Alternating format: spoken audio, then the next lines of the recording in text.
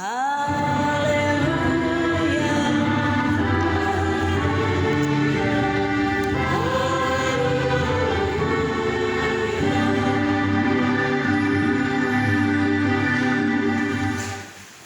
Haleluya, terpujilah nama Tuhan Allah kita. Bapak, mama, saudara, orang beriman yang sangat diberkati oleh Tuhan Yesus Kristus. Shalom. Shalom. Sekali lagi shalom. Shalom. Kalau beta pun suara lebih besar dari sini, dari situ mesti lebih besar. Sekali lagi shalom. Shalom. Puji nama Tuhan. Bapak, mama, saudara, orang beriman. Tentunya bahwa kalau kita yang bergaul erat dengan media sosial, beta angkat Android begini bukan sementara bermain HP, tapi mau kasih contoh. Ada banyak berita-berita baru yang mencuat tentunya, yang berhubungan dengan kehidupan sosial bermasyarakat. Dan tentunya bahwa berita-berita itu menjadi trending topik. Di Nivo Papan kalau belum ada itu trending topik, kasih muap kalan-kalan. Nenakah tep. Menjadi trending topik. Berita itu tentang kemiskinan. Muncul opini di TTS itu. Ternyata miskin ekstrem. Itu baru opini, belum tentu betul. Karena mobil sidang majelis klasis begini saja orang ada bunuh sapi babi di belakang, miskin ekstrem karena. Tetapi juga ada berita lain tentang ketidakadilan yang terjadi di tengah-tengah kehidupan bermasyarakat. Memanasnya dunia politik dengan bersaing kotor. Ini semulai-mulai, Bapak Ma. Ini sudah di tahun 2022 toh, masa tinggal. Tetapi juga berita radikalisme, berita rasisme. Tetapi yang lebih lagi yang tentunya dialami oleh sebagian besar masyarakat Amanuban Selatan, yaitu berita tentang kerusakan alam dan lingkungan berdampak ke bencana seroja. Bapak, mama, saudara, orang beriman yang sangat diberkati Tuhan. Tentunya bahwa omong soal bencana alam ini terjadi secara global, secara nasional, dan juga terjadi secara lokal. Di berbagai tempat ada.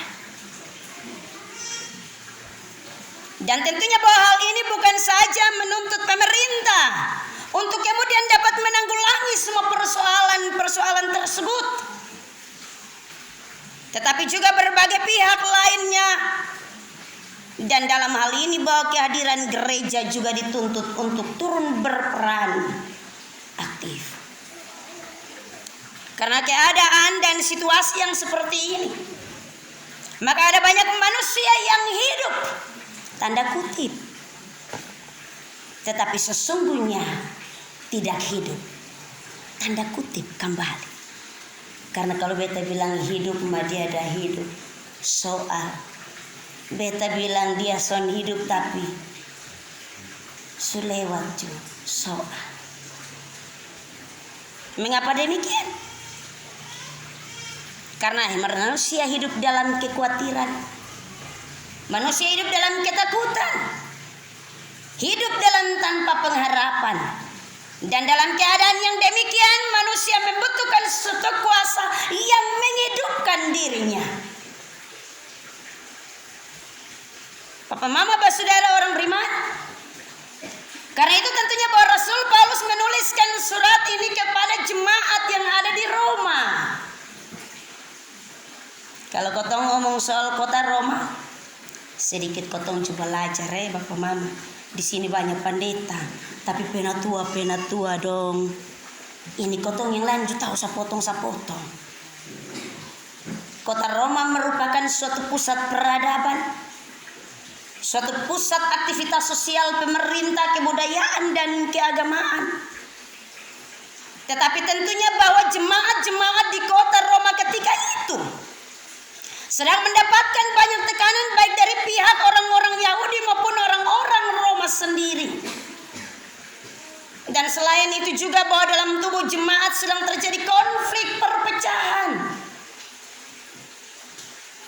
Oleh karena itu Bapak-Bapak, saudara orang beriman, Rasul Paulus mengingatkan mereka akan karya keselamatan Kristus yang menghidupkan oleh karya Roh Kudus yang dicurahkan dan yang berdiam dalam diri orang percaya, yang akan memberikan pembebasan, yang akan memberikan kemerdekaan dari kuasa dosa dan maut,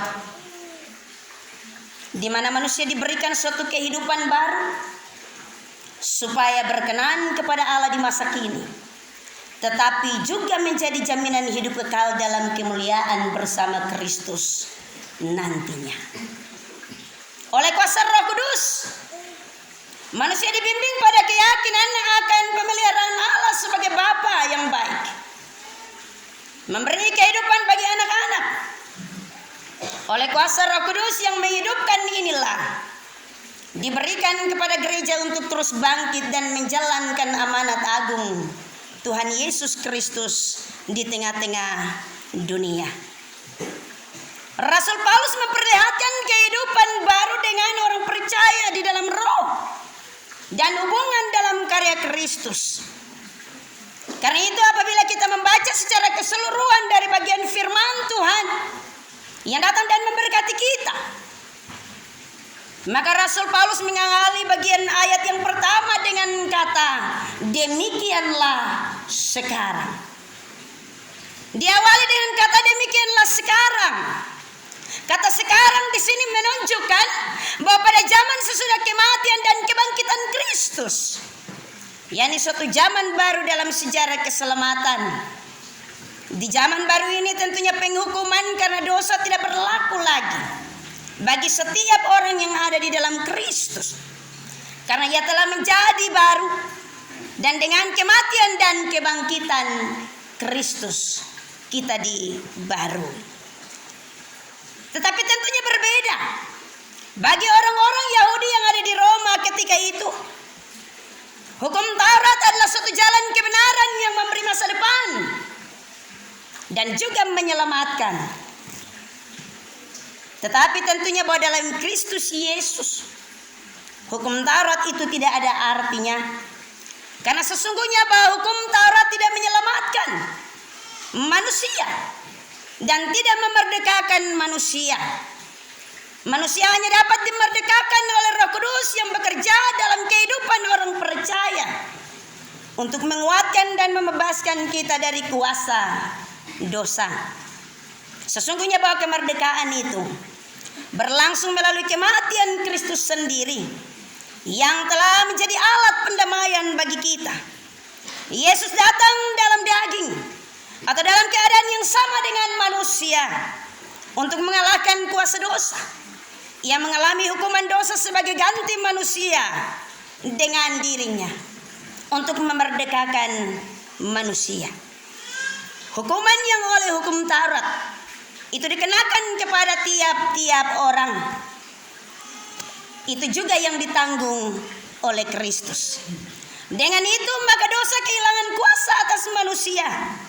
Rasul Paulus tentunya juga menekankan tentang hidup yang dipimpin oleh Roh dan yang tentunya bertentangan dengan kehidupan menurut daging. Orang yang hidup dalam daging memikirkan hal-hal yang dari daging, yaitu seluruh perhatian yang berpusat pada keinginan di luar Kristus. Sebaliknya orang-orang yang memikirkan kehidupan di dalam roh ialah orang-orang yang mengejar apa yang dikehendaki oleh Allah, yang memusatkan seluruh pikiran dan perbuatannya pada hal-hal yang bersifat rohani. Bapak, mama, saudara orang beriman, tentunya bahwa kedua cara hidup tadi menuju pada arah yang berbeda. Kehidupan yang dikuasai oleh keinginan manusia berdosa menuju kepada maut, sedangkan yang dipimpin oleh Roh berpusat kepada Kristus yang menuju pada hidup dan damai sejahtera. ada dosa di dalam dunia yang mengakibatkan kematian. Tetapi manusia yang dikuasai oleh roh, hatinya tinggal di dalam Kristus. Kehadiran roh dalam diri orang percaya, yakni roh yang membangkitkan Kristus dari kematian. Dan ini merupakan jaminan orang percaya juga akan dibangkitkan. Bapak, mama, saudara orang beriman yang sangat diberkati oleh Tuhan Yesus Kristus dalam terang firman-Nya. Tentunya bahwa Rasul Paulus menyampaikan ini kepada jemaat-jemaat di Roma, supaya dalam menghadapi berbagai pergumulan hidup yang kompleks, pergumulan pelayanan yang kompleks ketika itu, tentunya bahwa orang dapat membedakan dirinya sebagai milik Kristus yang sesungguhnya. Karena itu, pada bagian ayat yang ke-10 dari bagian firman Tuhan ini, Rasul Paulus melanjutkan, tetapi jika Kristus ada di dalam kamu, dan jika Kristus ada di dalam kamu, maka tubuh memang mati karena dosa, tetapi roh adalah kehidupan. Kata tetapi jika, kata ini dipakai sebagai pembanding atau andaian. Seandainya roh Kristus ada di dalam kamu, ada di dalam kamu, tinggal di dalam kamu, berdiam di dalam kamu, menetap di dalam hidupmu, memimpin dan mengatur hidupmu. Rasul Paulus tentunya menekankan di sana, tetapi jika roh Allah atau roh kudus ada di dalam kamu, maka dia akan tinggal berdiam dan memimpin hidup kita. Yang berikut, tentunya bahwa Rasul Paulus melanjutkan roh sebagai tanda dalam hal ini. Kalau kita lihat bersama dengan tulisan huruf kecil, roh adalah kehidupan. Kata roh di sini menggunakan huruf kecil, tidak sama dengan roh Allah atau roh Kristus yang menunjuk kepada roh manusia. Roh itulah yang menghidupkan daging atau tubuh. Bapak, mama, saudara orang beriman yang diberkati oleh Tuhan Yesus Kristus, Rasul Paulus juga tentunya melanjutkan dalam bagian ayat selanjutnya, dan jika roh Dia yang telah membangkitkan Kristus dari antara orang mati. Kata dan jika roh Dia ini mempergunakan huruf besar, yaitu roh Allah atau kuasa Allah. Disinilah Rasul Paulus menggunakan suatu terminologi di dalam roh Allah, yang tentunya menurut bahasa Ibrani ruah Elohim, sesuai dengan standar pemahaman iman orang Israel, bahwa roh Allah itu mengandung kekuatan yang dahsyat, yang bisa menghancurkan maupun yang bisa menghidupkan. Roh itu bersifat kreatif, dalam arti bahwa dia mengandung suatu kekuatan konstruktif, suatu kehendaknya yang dinyatakan, akan tetapi juga mengandung kekuatan deduktif yang juga dapat mematikan siapapun yang dapat melawan akan kehendaknya. Roh itu digambarkan sebagai kuasa Allah. Kebangkitan Yesus merupakan sebuah fenomena luar biasa dalam sejarah kehidupan manusia. Banyak yang tidak mempercayainya. Bahkan definisi filosofi medis tentang suatu kebangkitan, akhir dari kehidupan adalah kematian. Hipotesa itu tak terpantahkan sampai dengan saat ini. Akan tetapi bahwa kebangkitan Yesus tentunya menjadi pusat berita spektakuler yang terpopuler sepanjang sejarah hidup manusia di bumi. Dalam hal ini tentunya Rasul Paulus menekankan fungsi dan peran kuasa Allah dalam peristiwa kebangkitan Yesus. Bagi Rasul Paulus, hidup itu adalah Allah. Secara filosofi teologi menggunakan kata kerja hidup tidak dapat dinilai dan tidak dapat diukur dari pengalaman manusia semata-mata. Yang namanya hidup tidak mungkin berakhir, sama seperti yang namanya mati tidak mungkin pula tiada. Kuasa yang terkandung dalam hidup tentunya merujuk kepada hidup yang berkemenangan, merujuk kepada kejayaan, menuju kepada suatu kekuatan, merujuk kepada suatu kehebatan yang luar biasa. Kuasa kebangkitan Yesus itu sebagai lambang dan tanda bagi kita, untuk kemudian kita bangkit dan berjuang, dan bangkit untuk melihat bersama-sama apa yang terjadi dalam kehidupan dan iman serta pelayanan, bahkan dalam kehidupan bermasyarakat tiap hari. Karena itu, kebangkitan itu menunjukkan pada suatu keadaan di mana seorang mengalami kegagalan, tetapi kemudian ia menemukan jalan keluar dari masalahnya. Kebangkitan itu dapat juga terkait dengan situasi kondisi sosial politik, tetapi juga dapat berkaitan dengan kepribadian karakter manusia dan organisasi. Keterbelakangan dalam bentuk yang kelihatan dalam kehidupan yang terstruktur, kemiskinan, kebodohan, kesengsaraan, penderitaan, ketidakadilan, radikalisme dan rasisme, kerusakan alam dan lingkungan, serta bencana. Tentunya bahwa semua hal itu bukan semata-mata karena disebabkan karena alasan-alasan yang berlatar belakang status sosial, akan tetapi lebih ditentukan dari faktor kepribadian karakter manusia. Bagaimana jika mentalitas dan karakter manusia yang pemalas dapat menciptakan masa depan yang berkelimpahan jika ia tidak bekerja keras? Bagaimana dengan fungsi sistem organisasi yang mandek atau hanya separuh mati? Dapatkah ia bergerak mencapai kepada tujuan suatu organisasi? Tentunya bahwa semua merujuk ke sana.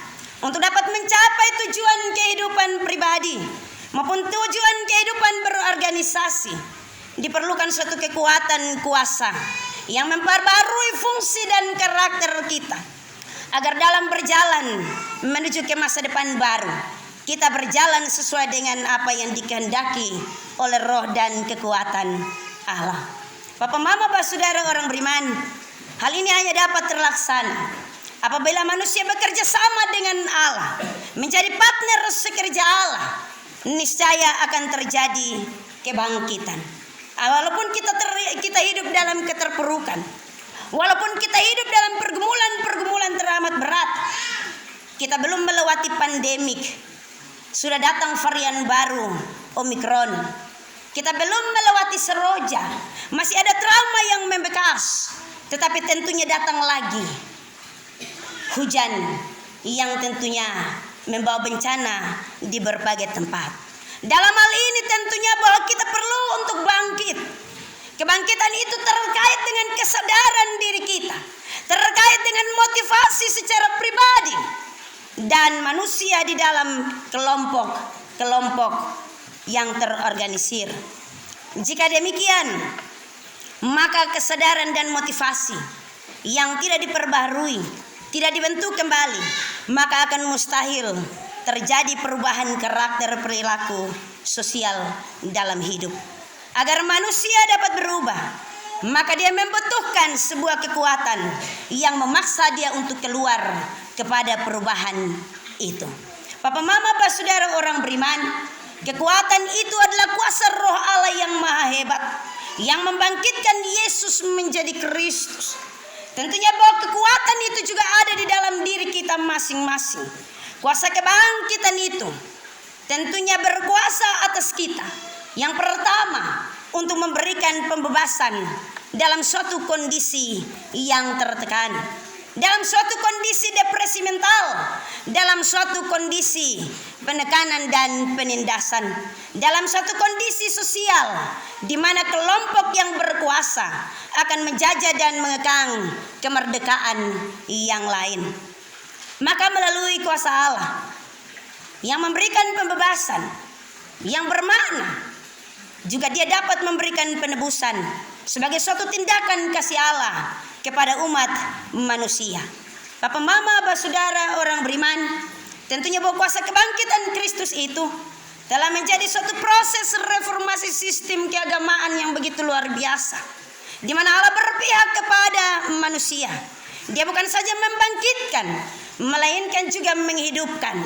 Karena itu, biarlah kuasa itu juga memberi dampak bagi kita, teristimewa di tengah-tengah persekutuan, persidangan, majelis klasis Amanuban Selatan yang ke-29. Kiranya roh Allah itu memberi dampak bagi kita, Yang pertama, kuasa kebangkitan dalam roh itu menjadikan pernyataan di mana ada keterbukaan dari Allah bahwa Dia membenarkan seluruh karya Yesus dalam kehidupan kita. Roh itu juga akan membenarkan kita dalam pelayanan kita tiap-tiap hari. Apabila kita melakukannya sesuai dengan apa yang Allah kehendaki bagi kita, tidak menyimpang dari apa yang Allah kehendaki bagi kita, melakukan apa yang benar dalam kehidupan melayani, bukan hanya menuntut jemaat siap kalau bisa gaji mencukupi, bukan hanya menuntut kalau bisa tunjangan mencukupi, kemudian kotong datang sama seperti pendeta SMS, Sabtu datang, Minggu naik mimbar, kemudian Senin pulang. Sudah ada di tempat. Kita harus melakukan pelayanan ini sebagai suatu karya Kristus yang tentunya memberikan bagi kita kebenaran-kebenaran sejati. Yang kedua, kebangkitan itu merupakan kesaksian yang terbuka di hadapan manusia bahwa Allah sedang bekerja. Memberikan kesaksian di tengah-tengah kehidupan manusia dan pelayanan bahwa Allah sedang bekerja. Dia bersama-sama dengan manusia sebagai partner sekerja untuk menata dan melayani. Bukan hanya dalam kehidupan bergereja, bukan hanya dalam kehidupan berorganisasi, tetapi juga dalam kehidupan sosial bermasyarakat. Kita harus tampil dan hadir menjadi surat Kristus yang terbuka, menyaksikan tentang kebenaran roh yang penuh kuasa, yang membangkitkan kita untuk kita semakin baik dan hidup dalam pelayanan. Yang ketiga, kebangkitan itu berarti bahwa Allah berkuasa. Ia menentukan masa depan hidup manusia. Dia juga menentukan apa yang terjadi dalam kehidupan kita tiap-tiap hari. Dia berkuasa untuk kemudian mengangkat kita dari berbagai-bagai keterpurukan. Dengan kuasa Roh Kudus kita bangkit dari berbagai dampak, baik itu dalam kehidupan dampak pribadi, kehidupan bersosial bermasyarakat, maupun dalam kehidupan pelayanan tiap-tiap hari. Bapak, Mama, Saudara orang beriman, hari ini kita ada di tengah-tengah persekutuan persidangan Majelis Klasis Amanuban Selatan yang ke-29. Tentunya bahwa dengan kekuatan Roh Kudus datang ke dalam kehidupan kita, memberikan suatu kebangkitan baru dan memberikan bagi kita dampak baru untuk keluar dari berbagai pergumulan dan tekanan. Tuhan memberkati kita dalam terang firman-Nya.